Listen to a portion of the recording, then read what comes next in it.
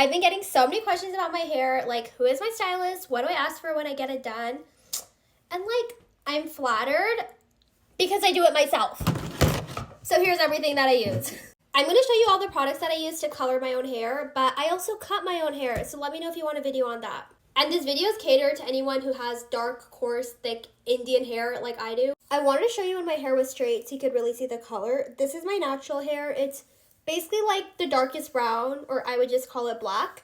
And this is what it's like been highlighted to. I've never been to a salon, and I'm definitely not an expert, but I've been doing this for like 4 or 5 years. So I feel like I have a lot of tips. First off, you cannot get this color without first lightening your hair. And to lighten your hair, you have to use bleach. I've always used the L'Oreal Quick Blue. This entire tub is like $20, and these last me like about a year.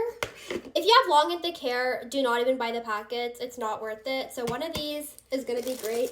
And the bleach is literally just a powder. It's kind of this blue color, so it tones your hair a little bit as it's being bleached. And you can't just use bleach. You have to mix it with a developer. There's different levels, but I like 20 volume best.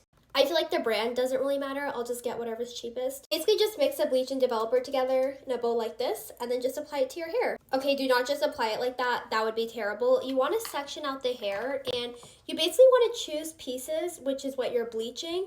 And those lighter pieces, when they blend in with the darker pieces, is what's going to give you kind of this overall brown color and give you like a ton of dimension. There's tons of videos online about how to section your hair. I like using foils so I can keep all the sections separate.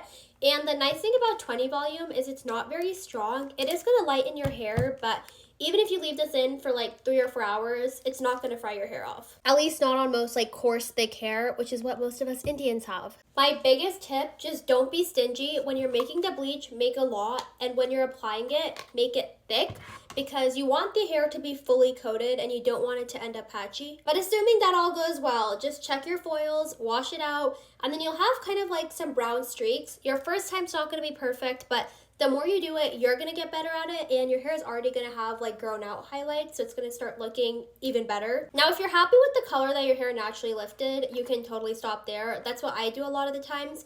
But if I want a little bit more control over like the shade and exactly what tone I want, that's where I'll use a color. I've tried different brands, but the Bondbar permanent hair color is definitely my favorite, and I'll use this either with this Color Charm activating lotion or this 10 volume.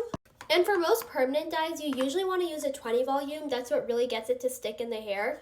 But for me, I don't want it to stick in the hair. I really like the effect of having my hair, you know, a little bit darker when I first dye it. And then as I wash it out, I like that it gets lighter. And when I dye my hair, I always use 2 or more colors. I feel like this is the real secret to having it look really professional. So I always use this 2NN.